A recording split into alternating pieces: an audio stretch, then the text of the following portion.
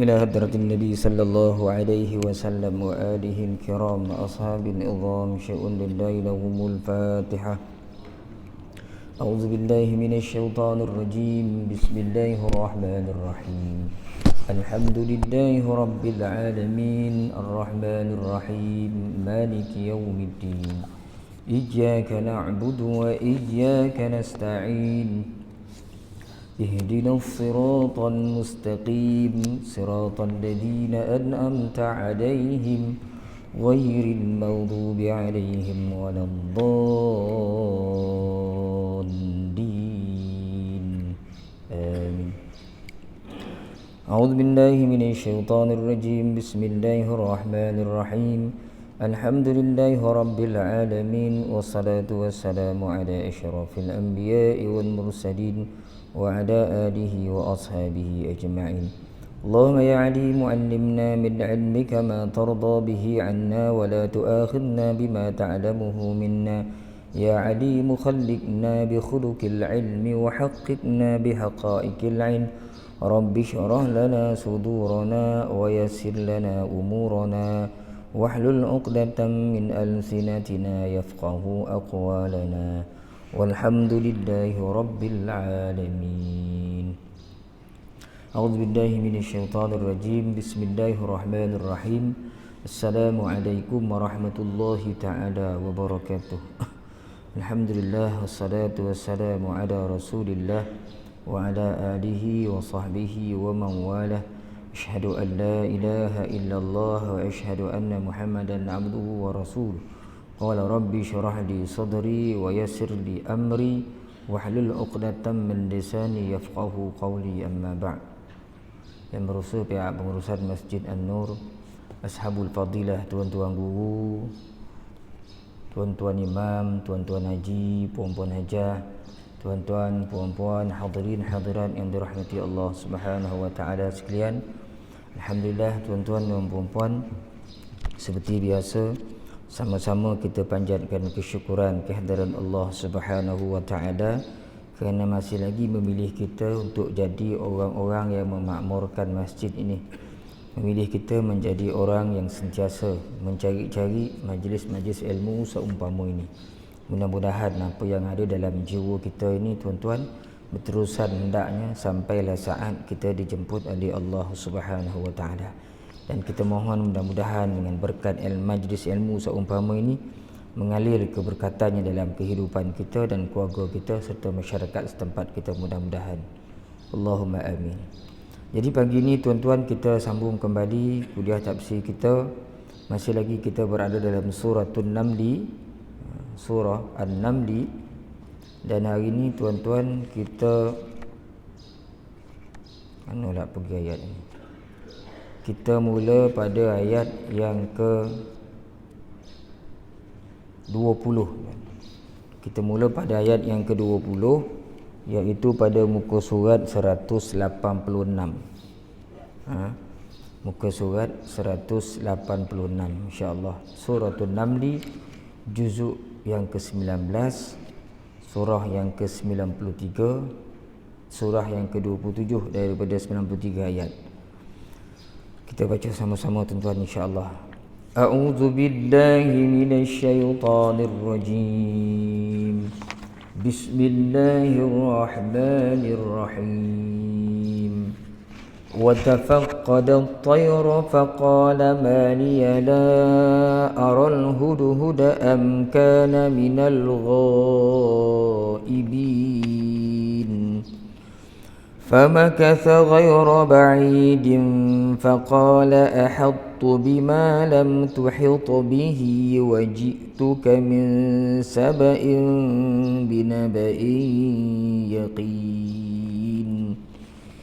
إني وجدت امرأة تملكهم وأوتيت من كل شيء ولها عرش عظيم. وجدتها وقومها يسجدون للشمس من دون الله وزين لهم الشيطان أعمالهم وزين لهم الشيطان أعمالهم فصدهم عن السبيل فهم لا يهتدون ألا يسجدوا لله الذي يخرج الخبأ في السماوات والأرض ويعلم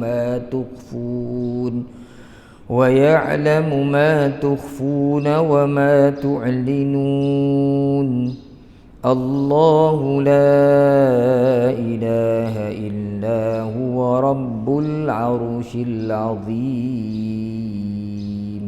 صدق الله العظيم سبحان الله الحمد لله ولا إله إلا الله والله أكبر ولا حول ولا قوة إلا بالله العلي العظيم أعوذ بالله من الشيطان الرجيم بسم الله الرحمن الرحيم وتفقد الطير فقال ما لي لا أرى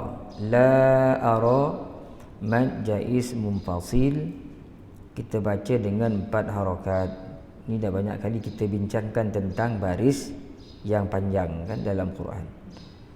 Aral huda dal tu qalqalah sughra. Kita bunyi ada, kita sebut baca ada bunyi detakkan suara dia. Huda. Amkana mim mati bertemu dengan kaf. Semua mim yang mati dalam Al-Quran bila ada tanda mati ni, tanda mati di atasnya, kita baca dengan tanpa dengung. Amkana minal ghaibin mad wajib muttasil. Kita baca dengan 4 harakat insya-Allah. Ibin mad arid lis sukun. Kita boleh baca 2 harakat. Kita boleh baca 4 harakat. Kita boleh baca 6 harakat. Ayat 21 ni saya tinggal, saya tak baca kata ni. La u'adzibannahu. Nun sabdu. Setiap nun yang bersabdu kita baca dengan gunnah qadar 2 harakat. La u'adzibannahu azaban. Ini pun dah banyak kali kita sebutkan. Semua ha besar ni, ha gulung ni, kalau dia bagi depan atau dia bagi bawah, bagi atas tak ada. Kemudian di hadapannya ada huruf waw atau huruf ya yang kecil, seperti yang kita lihat pada perkataan la u'adzibannahu ni. Kalau ha tu bagi depan ada kalau ada waw kecil, kita baca dengan 2 harakat. Atau pada ya kecil ni hanya ada bila ha ni bagi bawah je. Kadang ada, kadang tak ada. Kalau ada ya yang kecil tu atau waw yang kecil tu, kita baca dengan 2 harakat. Kecuali kalau di hadapan waw atau ya yang kecil itu ada huruf hamzah yang berbaris.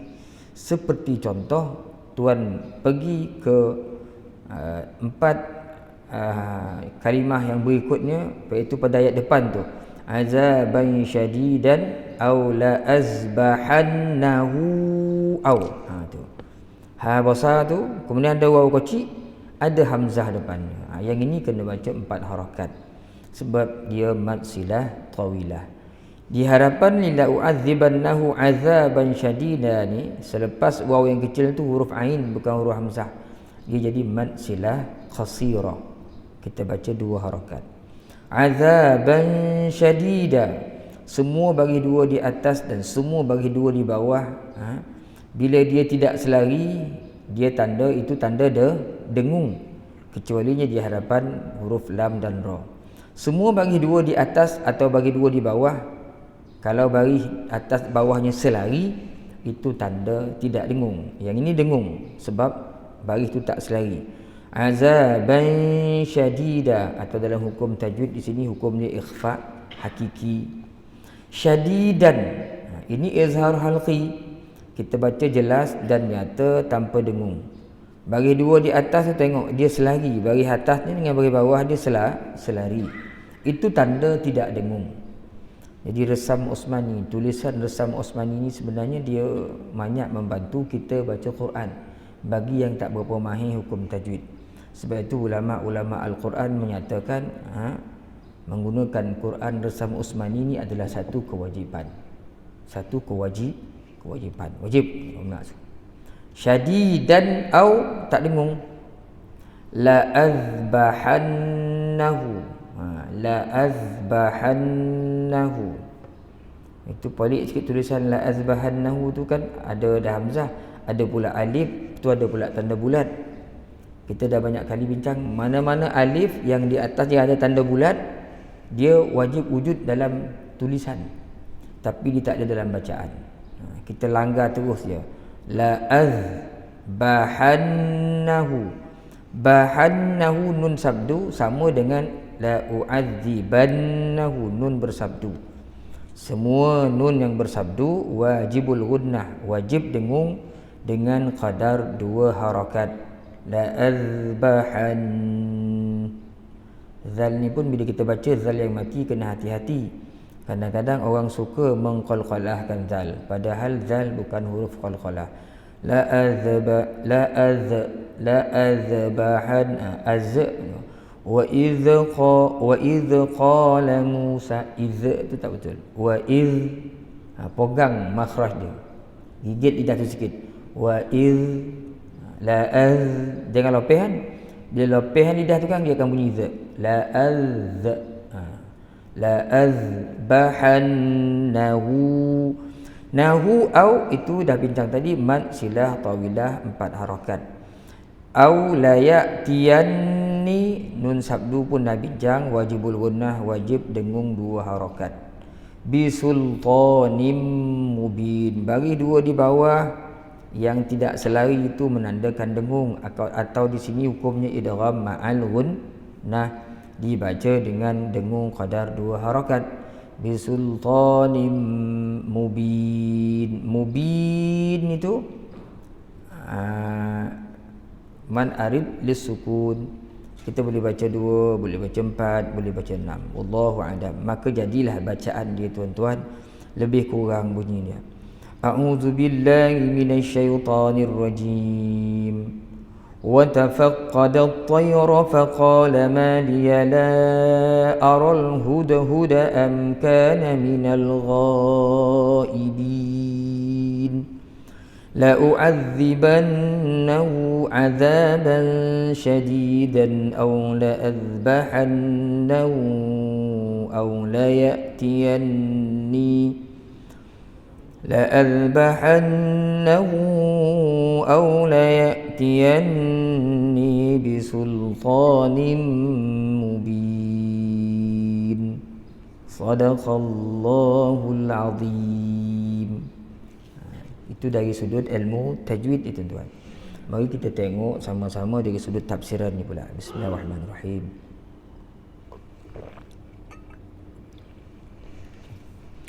Dan Sulaiman, yakni Nabi Allah Sulaiman, memeriksa burung-burung, lalu dia berkata, mengapa aku tidak melihat hud-hud, burung belatuk ni? Ataukah dia dari kalangan yang tidak hadir ghaib? Maksud dia, ketika Nabi Sulaiman memeriksa tenteranya, dia tengok ada burung hud-hud, burung belatuk tak ada. Dia tanya, mana pergi burung belatuk ni? Dia tak hadir ke? Mana dia pergi ni? Engkar tugas.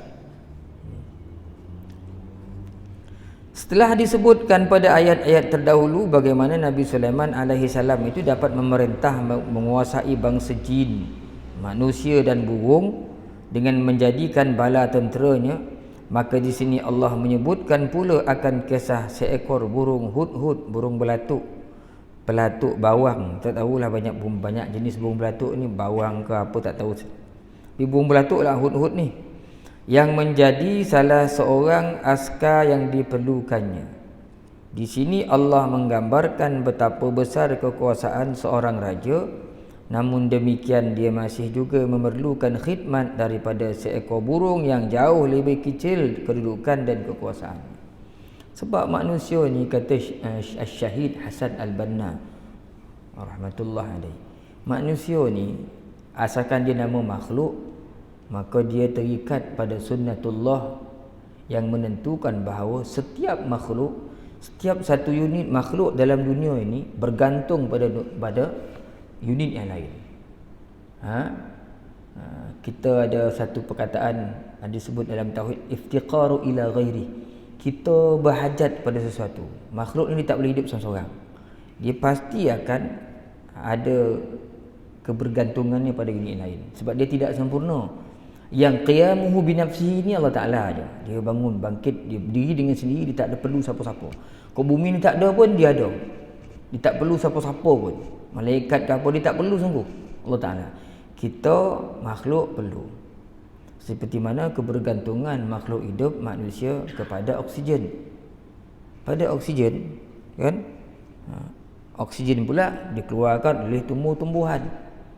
Kita pula karbon dioksida keluar, tumbuh-tumbuhan ambil. Jadi semua bondo betul.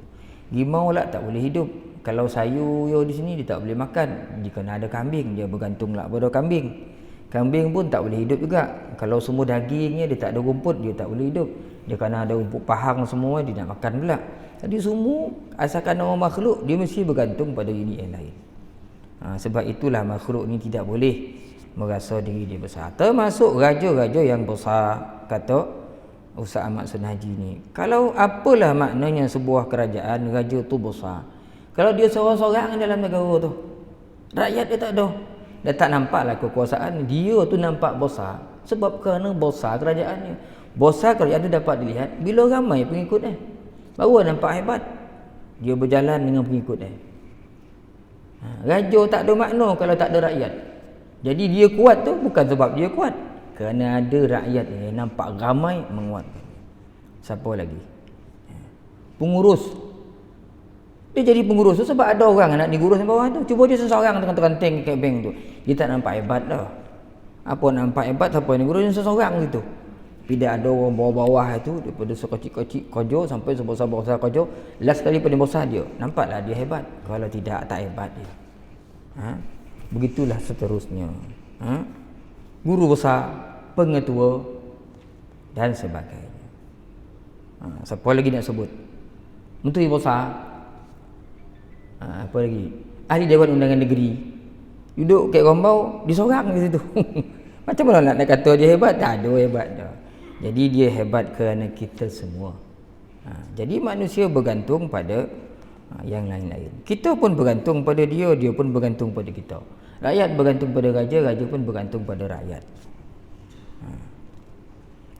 Pejabat kerajaan kan, macam kita cikgu, orang kerja jabatan.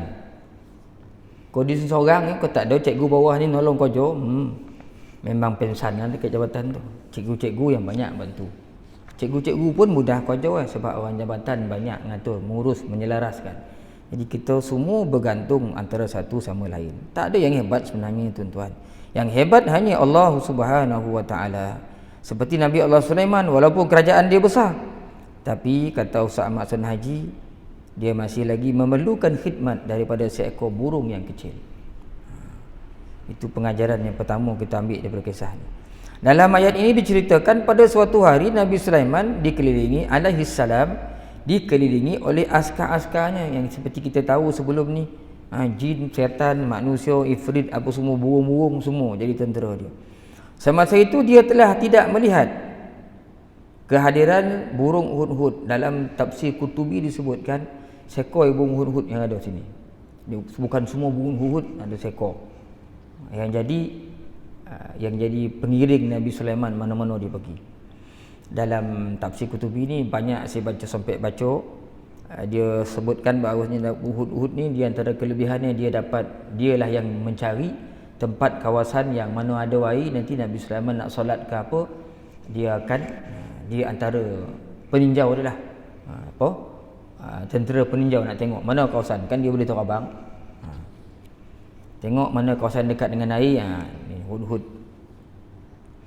Jadi Nabi Sulaiman AS duduk, selalunya sekawan burung-burung melindunginya di atas dengan mengembangkan sayapnya supaya jangan kena panas matahari. Tak kena panas matahari. Tapi tempat biasa ada burung hudhud tu kosong. Jadi matahari masuk. Bila matahari masuk, tengok tu tompek burung hudhud kosong. Maka sebagai seorang raja yang selalu mengawasi rakyatnya, Apalagi kalau dia itu tentera yang ada tugas yang telah tidak bertugas.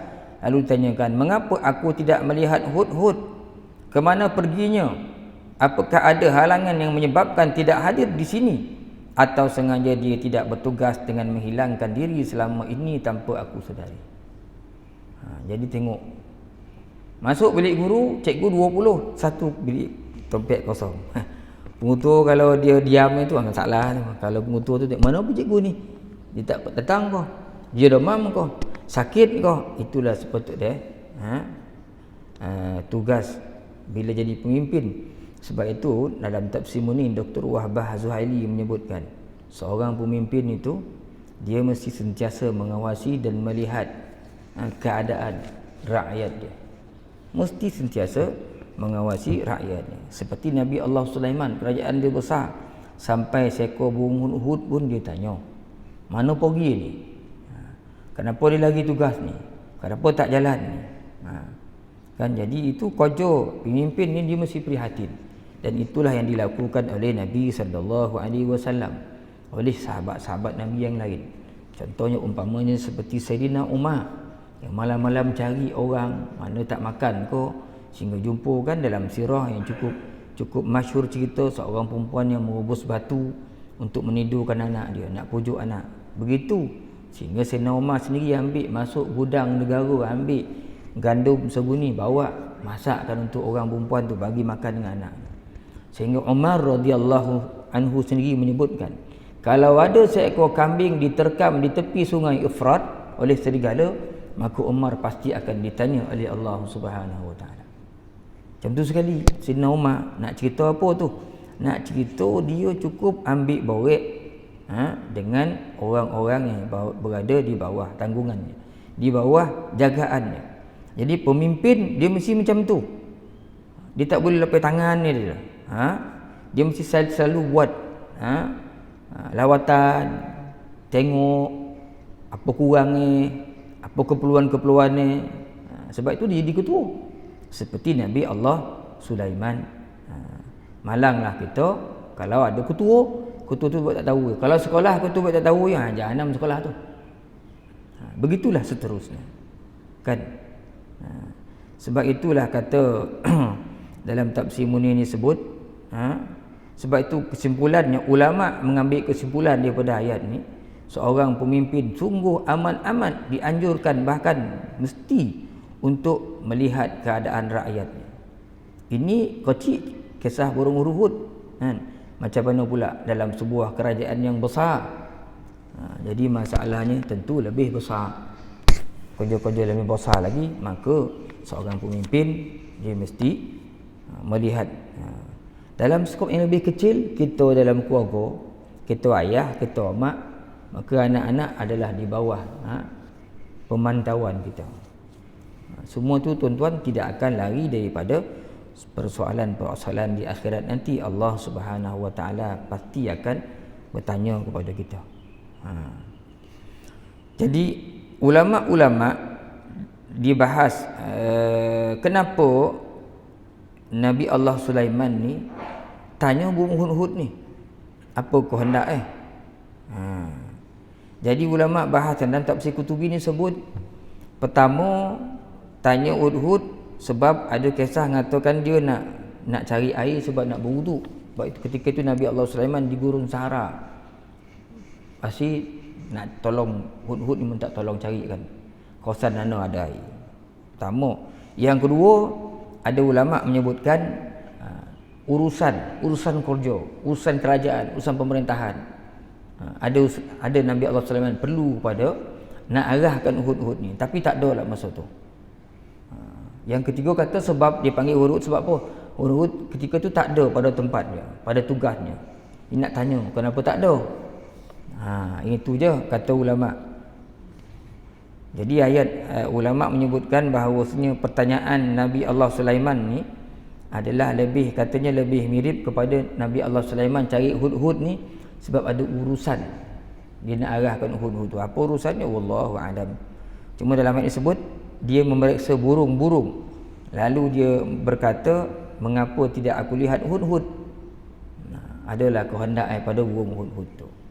Kemudian bila tengok burung hudhud tak ada, Allah Ta'ala menceritakan pada ayat 21, pasti akan kuhukum dia dengan hukuman yang berat, atau pasti aku pancung dia, atau dia mesti mengemukakan kepadaku alasan yang terang.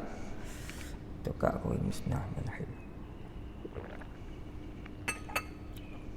Bila tak ada, marahlah ketua. Pengutua masuk bilik guru, manjang dia, tak ada cikgu tu. Memang kena marahlah. Mana pergi cikgu ni? Seminggu lah tak ada. Borang Hirmis minta cuti tak diisi Pilosap hari ni punya apalah. Kan? Memanglah orang marah. Memang patut pun pemimpin marah bila orang bawah tak buat kerja. Sebab nanti dia akan dipersoalkan.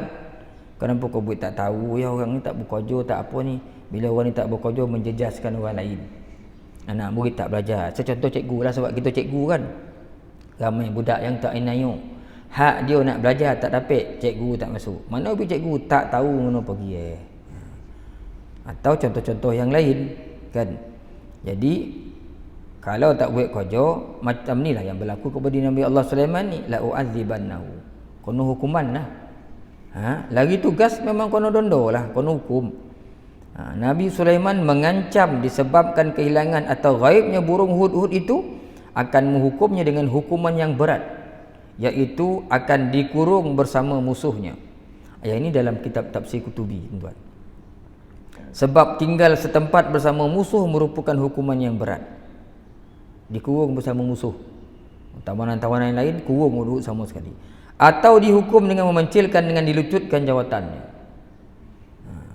Atau ditugaskan bekerja di bawah orang yang sejawatan dengannya. Atau dalam tafsir Qutubi dikurung dalam sangkar. Atau hukuman yang paling berat sekali ialah dipancung lehernya sampai mati. Burung hudhud pancung leher.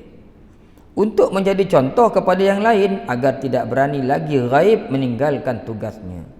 Inilah ancaman berupa hukuman kepada burung hudhud, atau hukuman itu ditarik balik seandainya dia dapat memberi alasan yang memuaskan. Boleh dapat, tak kena dondo, tak kena hukuman kalau dapat buat tunjuk sebab. Sama macam kita hari ni kan, tunjuk sebab betul kan. Kita pun buat surat sebab apa datang, itu ini macam-macam alasan ni lah. Yang boleh memuaskan dan keterangan yang boleh diterima apa sebabnya dia telah gaib itu dengan dibahasakan di sini dengan lafaz sultanin mubin, yakni alasan yang terang. Kesimpulannya, kata Ustaz Ahmad Sunnah Haji di sini, ada dua perkara, iaitu satu hukuman berat dan dua hukuman mati. Salah satu dari keduanya akan dikenakan kepada burung hudhud itu, kecuali jika ada perkara yang ketiga, iaitu bukti yang menjadi alasan mengapa dia telah gaib, hukuman itu akan digugurkan. Jadi kalau orang didakwa, ditangkap, maka dia kena bawa hujah lah, alasan kenapa dia tidak boleh untuk dihukum.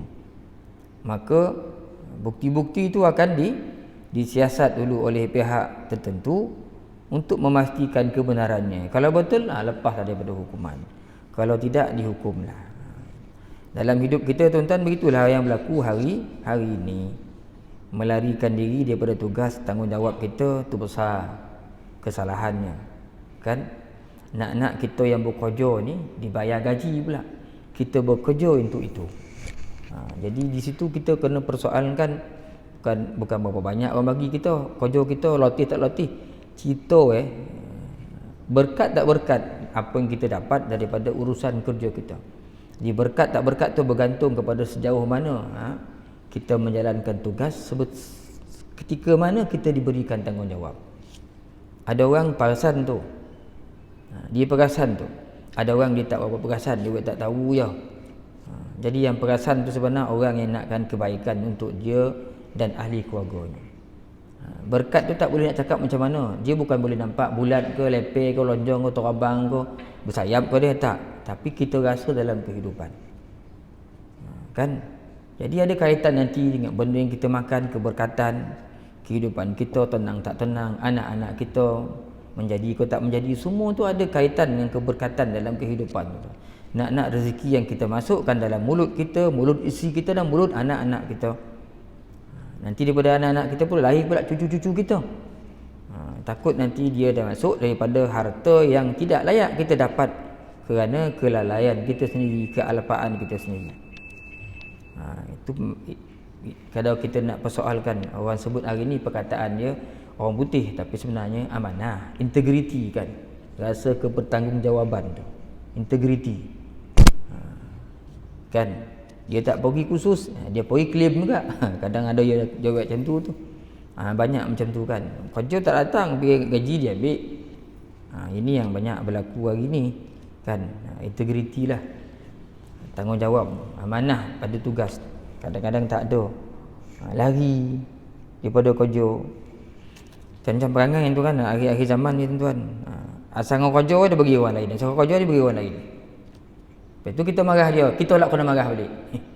Ketua marah anak buah tak bekerja, anak buah tu marah ketua balik. Apa marah-marah ni, kata dia. Ketua tu pun heran, siapa pula ketua ni, kata dia. Akhir zaman ni banyak berlaku. Nak beritahu orang tak faham kedudukannya gitu. Dan dia tak tahu apa yang perlu dia buat pada kedudukan dia sekarang. Ramai macam tu. Bila diingatkan dia pula jadi marah pada kita. Tu ada orang jenis-jenis macam itu tuan-tuan. Akhir zaman ni macam-macam. Dalam tafsir Khazin dan lain-lainnya tersebut cerita burung hur itu seperti berikut. Jadi ini tafsir Khazin cerita ni. Cerita panjang cerita ni. Kata dia, para ulama telah menyebutkan sebab burung hur-hur itu ghaib. Jadi dalam tafsir Khazin ni antara tafsir yang tua tuan-tuan. Kita baca pun banyak dalam sejarah-sejarah. Tapi saya tak ada boleh tafsir ni, susah nak dapat. Kita jumpa dulu kat pusat Islam masa ngaji dulu, saya pernah buka tafsir Khazin ni, tak tahu apa jilid, tabah-tabah. Jadi dalam tu ada cerita ulama menceritakan burung hur-hur ni dia hilang. Sebab apa dia hilang? Nabi Sulaiman pada masa tu, kata ulama kita, bila dia selesai membina Baitul Maqdis, dia azam untuk pergi ke Mekah. Nabi Sulaiman menuju ke Makkah.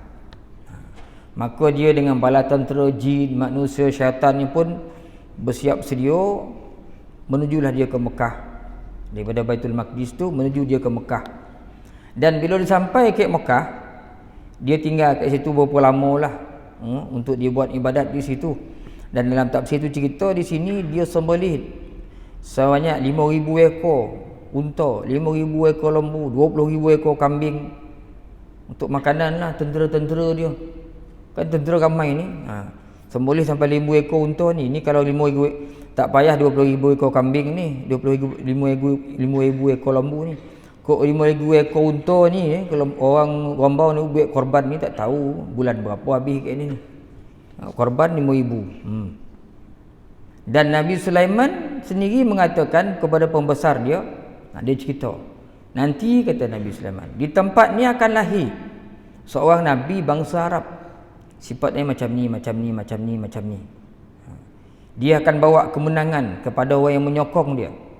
Kemasyhuran ni tersebar sejauh perjalanan 1 bulan. Kerabat dan yang bukan kerabat, jika mengenai kebenaran baginya adalah sama. Nabi Muhammad SAW ni, manusia ni sama di sisi. Tidak mengendahkan cacian orang yang mencaci dalam perkara yang mengenai Allah. Nabi Sulaiman dah cerita dah pada orang ramai pada ketika itu. Maka tenteranya bertanya kepada dia, apakah agamanya wahai Nabi Allah? Dijawab oleh Nabi Allah Sulaiman, agama yang betul yakni Islam. Siapa yang dapat menemuinya dan beriman dengannya, beruntunglah dia. Maka mereka bertanya, berapa lama jarak antara kita dengan munculnya Nabi tersebut wahai Nabi Allah? Dijawab oleh Nabi Sulaiman alaihi salam, kira-kira 1,000 tahun. Jauh waktu tu. Maka siapa yang hadir hendaklah menyampaikan perkara ini kepada yang tidak hadir. Sesungguhnya dialah penghulu para nabi dan penutup segala rasul. Sayyidul mursalin wa khatimul anbiya. Khatimun nabiyyin, kan? Dia penghulu nabi, para rasul dan penutup pada para rasul dan nabi-nabi. Muhammad sallallahu alaihi wasallam. Nabi Sulaiman dah cerita dah pada rakyat dia 1,000 tahun yang lalu, kata ni, berdasarkan sejarah ni lah dalam tafsir ni. Kemudian diceritakan pula Nabi Sulaiman ni dia tinggal di Mekah lama. Lepas dia sampai ke Mekah tu dia ibadat, dia buat haji ke situ. Setelah itu baginda meninggalkan kota Makkah pula, iaitu pada pagi hari. Dia berjalan menuju ke Yaman. Sampai di kota Sana'a pada tengah hari itu juga, sejauh perjalanan 1 bulan kalau dengan berjalan kaki. Dia lihat tanah subur, pohon-pohon yang menghijau. Inginlah baginda turun di sana untuk menunaikan solat dan makan tengah hari. Nabi Sulaiman ni turun di kota Sana'a tu. Dalam masa dia berhenti tu, burung hudhud telah berkata, Nabi Allah Sulaiman sekarang sedang berhenti, tentulah sibuk. Lalu burung hudhud tu pun terbang ke awang-awang untuk melihat keadaan sekeliling. Tengok bos sedang istirahat, dia pun merayau lah. Terbang-terbang, pandang kiri, pandang kanan, nampak leher dia taman kepunyaan Ratu Balqis. Ni pun dalam Quran cerita Ratu Balqis ni kan. Turun dia. Dia turun ke taman tu, tengok indah sangat, cantik sangat. Dia turun dan di situ dia berkenalan dengan seekor burung hudhud yang lain. Adapun nama burung hudhud kepunyaan Nabi Allah Sulaiman itu bernama Ya'fur. Sedang nama burung hudhud di negeri Yaman itu bernama Ya'fir. Kita pun pelik macam mana orang tahu dulu. Orang dulu tahu cerita-cerita macam ni kan. Tapi kalau tuan-tuan tengoklah dalam tarikh Tabari tu, Imam At-Tabari rahmatullah alaihi, dia boleh cerita satu cerita tu, dia benar riwayat tu an tu akhbarana tu, cerita tu ada orang siapa sampai bawah tu. Semuka kadang baru ada cerita nak cerita, nak pastikan kesahihan tu. Kan, sebab itulah Imam At-Tabari ni dianggap sebagai Imamul Mufassirin wa raisul muarrikhin wa Imamul Mufassirin. Ada yang menyebutkan begitu. Imam Ibn Jarir At-Tabari ni pengarang kitab tafsir At-Tabari tu, dia ni imam ahli tafsir, penghulu ahli tafsir, dan dia juga penghulu ahli sejarah. Sebab itu dia ada kitab sejarah kan, Tarikh Tabari yang dikarang ma qabla al-hijrah, benda yang berlaku sebelum hijrah Nabi gitu. Mana dapat tu? Wallahu a'lam. Itu kehebatan imam-imam dahulu tuan-tuan. Jadi dia cerita burung yang ada ikut Nabi Sulaiman ni nama Ya'fur. Yang ke negeri Yaman ni nama Ya'fir. Maka bertanyalah burung yang hudhud yang ke negeri Yaman ni, Ya'fir ni, kepada Ya'fur ni, burung Nabi Sulaiman ni, burung hudhud ni, dari mana engkau datang? Nak pergi mana pula ni? Saya datang dari negeri Syam bersama teman saya Sulaiman bin Daud. Ya'fir tanya lagi, siapa Sulaiman tu? Dijawabnya, raja yang memerintah bangsa manusia, jin, syaitan, burung-burung, binatang buas dan juga angin. Kata burung hudhud yang menjadi pengikut Nabi Allah Sulaiman. Ditanya, kau kat mana? Kau dari mana? Kata dia, saya ni penduduk negeri ni, kata Ya'fir. Jadi negeri ni dia diperintah oleh seorang ratu perempuan yang bernama Balqis. Kalau kawanmu itu seorang raja besar, Balqis ni pun raja besar juga, kata dia. Tak kurang hebatnya. Dia memerintah negeri Yaman sebagai maharani, yang memerintah pula di bawah takluknya 400 orang raja. Bawah kerajaan Ratu Balqis ni 400 orang raja. Setiap raja ni pula ada 4,000 orang askar. 4,000 orang askar. Setiap raja-raja ni, raja 400. Setiap raja tu ada 4,000 tentera. 4,000 kali 400 lah. Berapa semua tu? Banyak tu. 160,000 lebih kurang kan? Lebih kau. Tentera dan Balqis juga mempunyai 300 orang menteri yang mentadbirkan kerajaannya, serta mempunyai 12,000 orang panglima perang, yang masing-masing panglima mempunyai seramai 12,000 lagi. Memang kerajaan ni besar lah Balqis ni. Mahukah engkau aku ajak pergi bersama-sama aku sehingga engkau lihat kerajaan ni? Jadi Ya'fir ni ajak Ya'fur ni pergi, jom tengok kerajaan Ratu Balqis ni, kata dia. Itu yang dalam Quran sebut, inni wajadtu mar'atan tamlikuhum. Kan? Jadi burung hudhud yang jadi pengikut Nabi Allah Sulaiman ni pun ikutlah. Tapi sebelum tu Ya'fur disebut, saya takut Raja Sulaiman kehilangan saya pada waktu mendirikan sembahyang, kerana baginda memerlukan saya apabila berhajatkan kepada air. Cari topik yang berair. Dan burung belatuk Yaman ni, Ya'fir ni kata, raja kau, kawan kau tu tentu suka kalau nanti kau bawa cerita tentang Ratu Balqis ni. Maka dua-dua ni pun pergi terbang. Cerita kan. Jadi Nabi Sulaiman ketika dia nak solat, dia dah berehat tengah hari, dia nak air, dia makan, nak solat, tak ada burung hudhud tu tanya mana pergi hudhud ni. Tiada manusia dan jin yang tahu. Tak ada siapa tahu. Burung dalam kecil lesap macam tu ya. Maka Nabi Sulaiman pun tanya seekor burung yang arif, iaitu burung helang. Dia menjawab tiada mengetahuinya. Tanya burung helang pun tak tahu.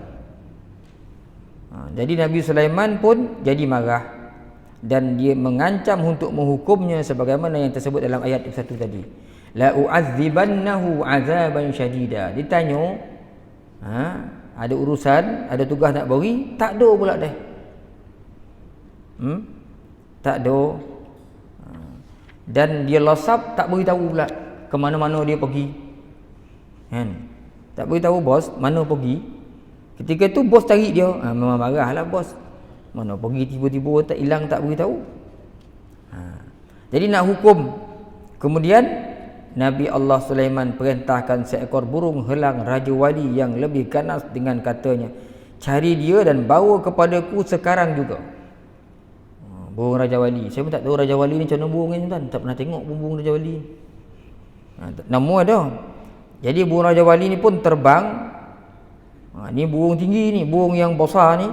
Dia terbang tinggi, kemudian sehingga kelihatan dunia ini bagaikan dulang yang bulat.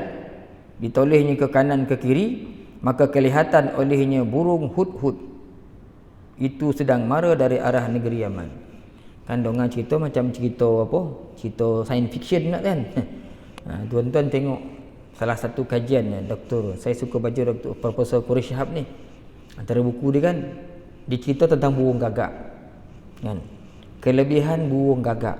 Yang daripada kejauhan, burung gagak ni dia tengok, burung gagak ni dia tahu kalau dia nampak buah, mana yang masak, mana yang tak masak.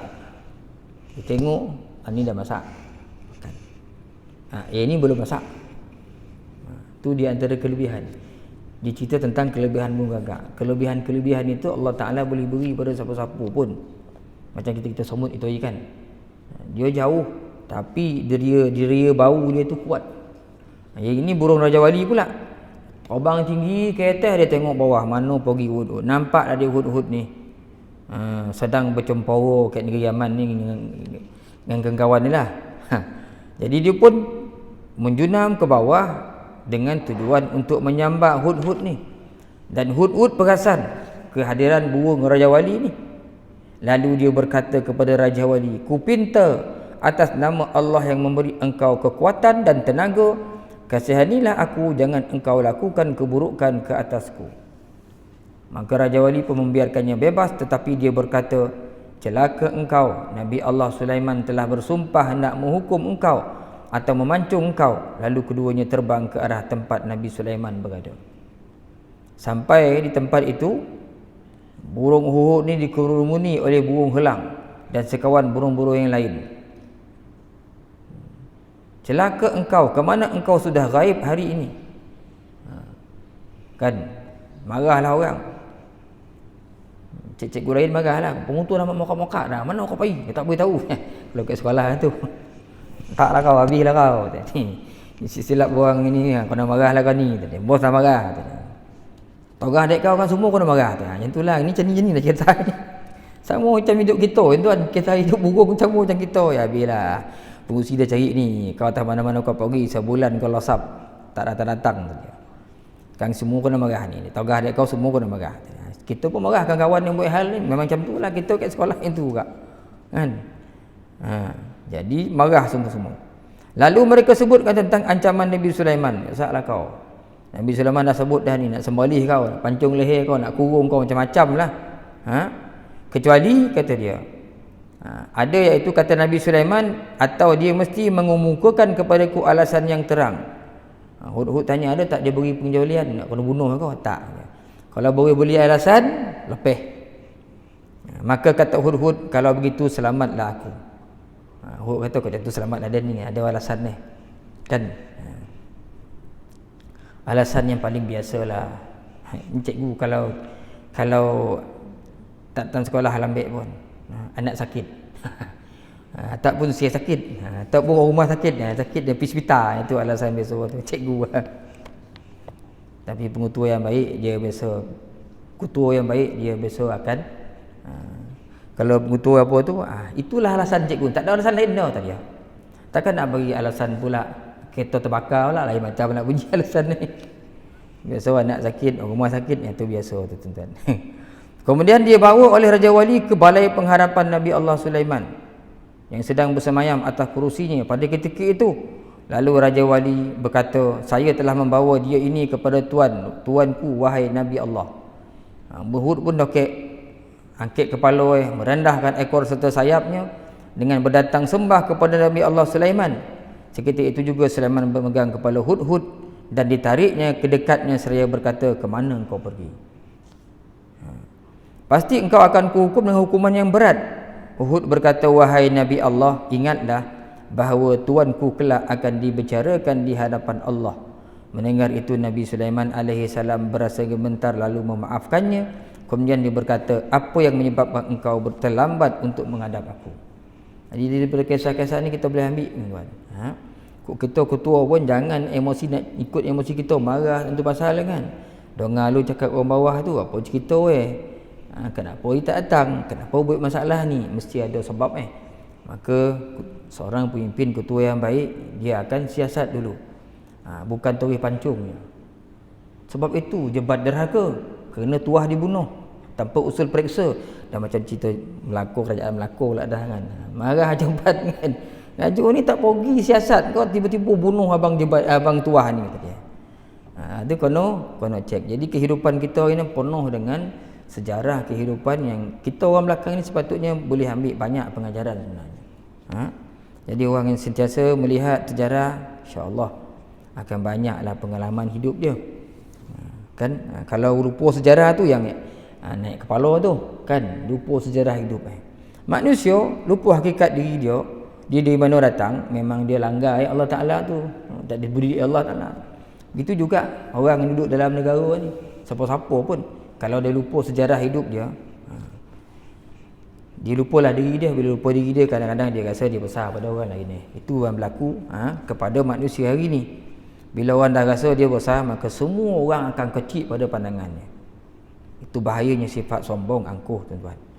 Dia pun menjawab seperti mana diriwayatkan oleh Allah dengan firman-Nya, famakatha ghayra ba'idin faqala ahattu bima lam tuhit bihi waji'tuka min saba'in binaba'in yaqin. Ini Allah Ta'ala cerita tentang jawapan Hud kepada Nabi Allah Sulaiman.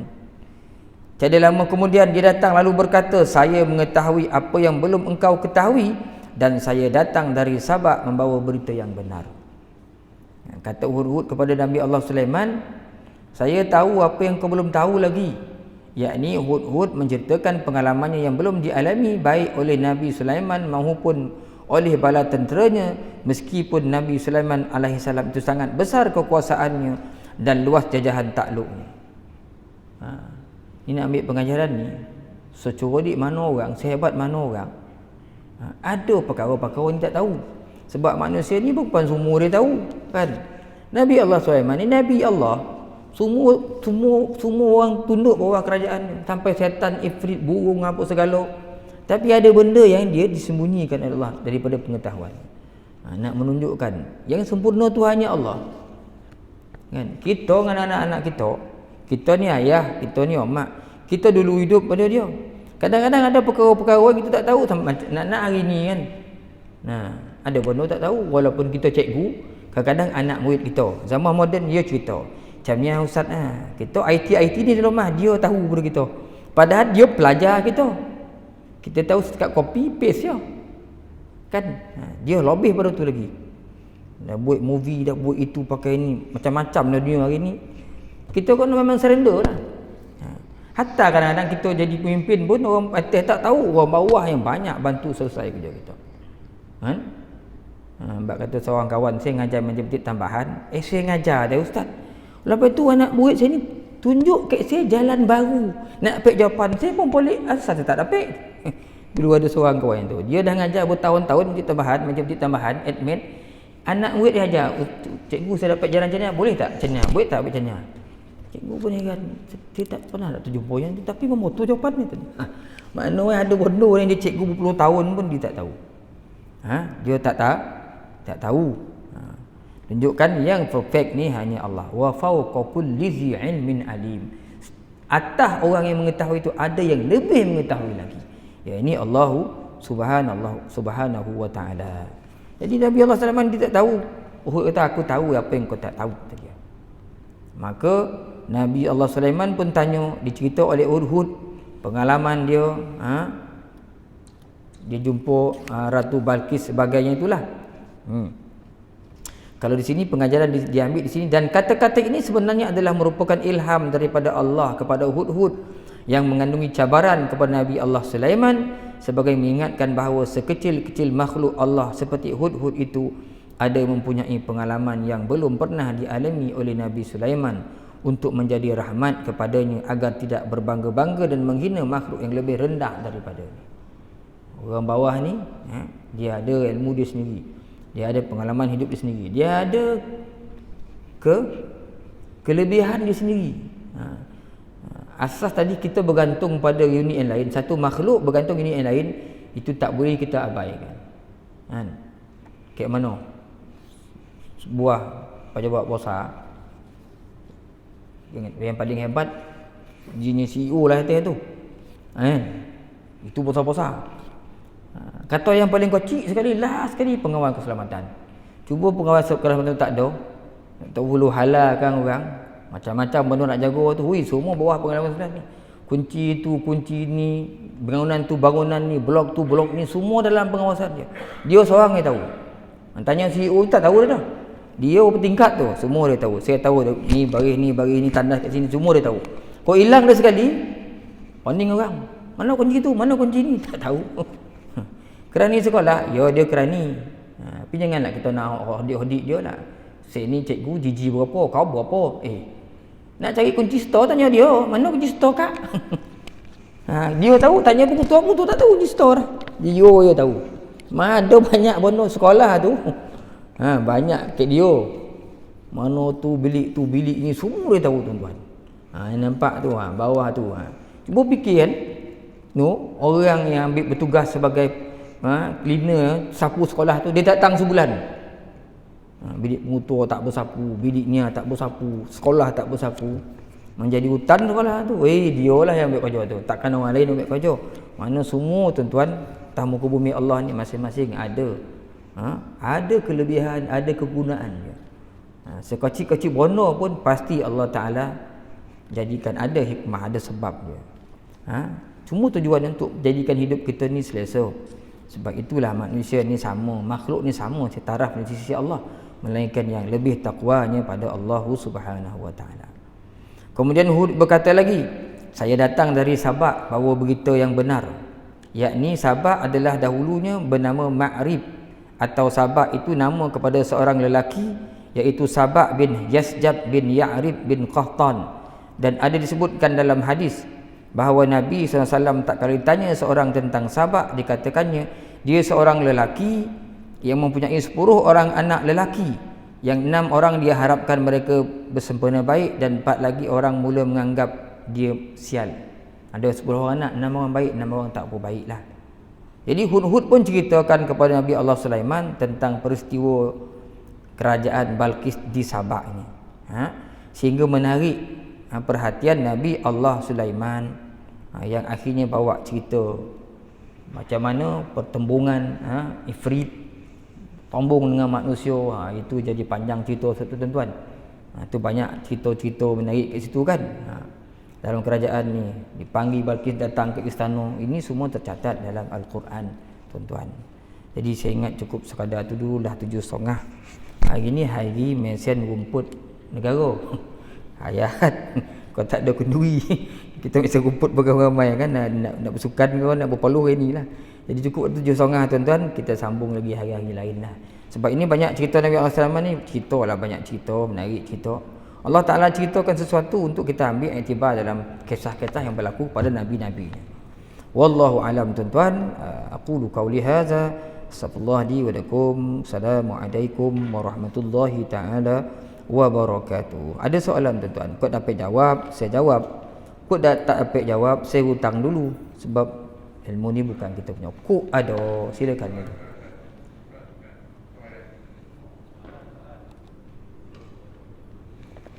Yo, tuan. Ah.